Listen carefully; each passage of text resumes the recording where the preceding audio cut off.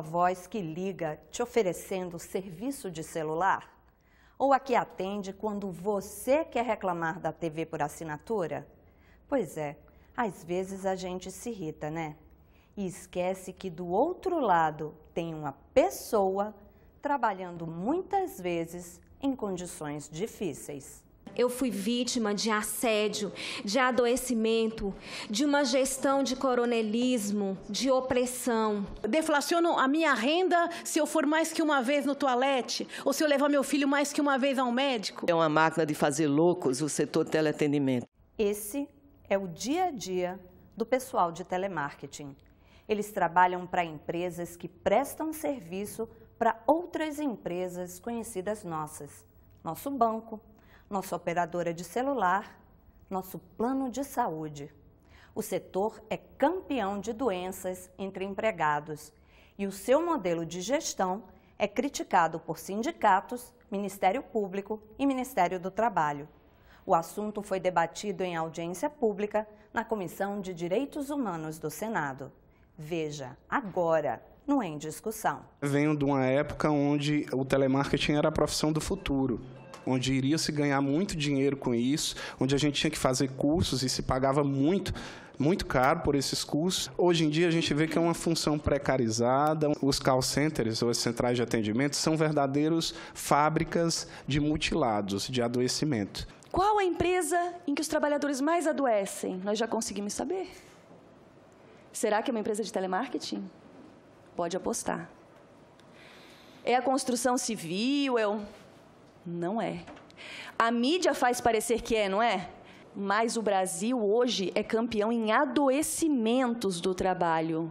E a grande campeã é uma empresa de telemarketing. Deflacionam a minha renda se eu for mais que uma vez no toalete ou se eu levar meu filho mais que uma vez ao médico. O que é uma contradição, considerando que esses trabalhadores são formados por mulheres, em sua maioria mães, arrimos de família, jovens em idade escolar, e que, como bem colocado aqui, adoecem precocemente. A restrição para o uso do banheiro, existe sim um controle, não é lenda, apesar das empresas falarem que o trabalhador pode sair a qualquer momento.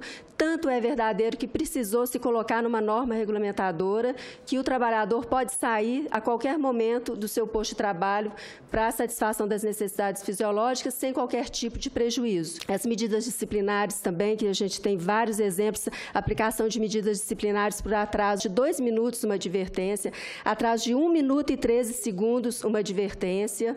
Isso aqui são empresas variadas, tá? As metas de remuneração variável, que também são utilizadas de forma que o trabalhador quase nunca consegue atingir. O script, por exemplo, que ele é cobrado estritamente como o planejado. Então, a gente viu advertências por causa do não seguir corretamente o roteiro de fraseologia. O sorriso na voz, que a gente achou que até era uma força de expressão dos trabalhadores, mas esse é um relatório de auditoria, da monitoria de qualidade, e cada itemzinho ali que é marcado, ele perde pontos. As empresas demitem o trabalhador por justa causa, dizendo que o trabalhador cometeu fraudes.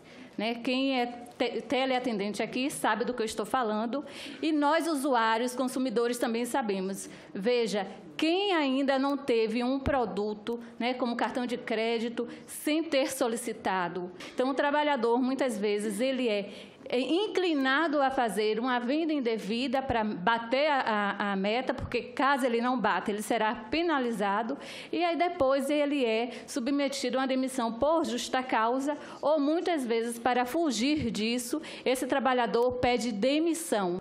O que eu conheço de gente que tem síndrome do pânico, só em passar em frente a uma empresa de telemarketing que já trabalhou, são inúmeros os casos que nós acompanhamos diariamente no sindicato. E nós precisamos fazer com que isso mude. Se, de repente, em algum núcleo, em alguma empresa, os trabalhadores não compactuam com isso e resolvem ir à luta, a empresa muda uma tal de uma chave e o atendimento é feito por outro estado.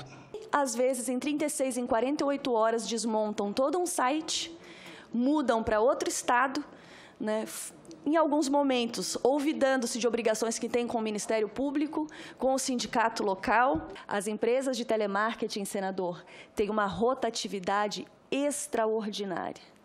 Ela chega, uma empresa com 4, 5 mil que não chega nem a ser das maiores, ela renova o seu quadro inteiro, às vezes em menos de 6 meses. Tá? Então, nós não estamos falando aqui de 1.200.000 trabalhadores como um todo. Estamos falando de 1.200.000 trabalhadores hoje, no dia de hoje. Daqui a 6 meses, nós teremos outro tanto milhão de trabalhador. Porque esses vão embora, os 1.200.000 que hoje estão, daqui a 6 meses já são outros. Então, é uma gama de trabalhadores sem igual. Eu acho que não há setor no Brasil que se equipare ao índice de rotatividade das empresas de telemarketing. O trabalhador não sobrevive mentalmente, fisicamente, a essas empresas por mais de 1, 2 anos. Ele entra, fica 1 ano, 2 anos, ele começa a ter problemas de infecção urinária, perda auditiva, perda de voz, não consegue dormir, trabalha dormindo. Tem um operador de telemarketing que me disse que ele tem 2 turnos. Ele trabalha às 6 horas na empresa e às outras 6 de madrugada a mãe dele fica escutando ele atender. Né? Então, ele fala a noite toda. Ele atende o telefone a noite toda. Né? E isso tudo é um fenômeno estudado por alguns desses estudos de psicólogos, de sociólogos internacionais e nacionais. É um fenômeno brasileiro? Não é. Não é. Né? É um fenômeno mundial. O adoecimento é um fenômeno brasileiro? Não é. A prática de gestão é nossa? Não é. Né? Então, nós temos aí, desde a década de 50, como disse a Odete, já estudos relatando o mal desse tipo de função. Nós temos casos de suicídio na França e já relatados, inclusive, no Brasil, nessa função. Relacionados à vida da pessoa? Não. Relacionados a essa função. Relacionados a uma fraqueza especial de certo tipo de pessoa? Não. Relacionados a essa função. O segmento de teleatendimento no Brasil cresce acima da média nacional. É um segmento que mais lucra, mais cresce, mais se expande, mais se emprega, mais recebe incentivos fiscais e outras benesses dos governos estaduais, municipais e federal, sem nenhuma contrapartida à nação.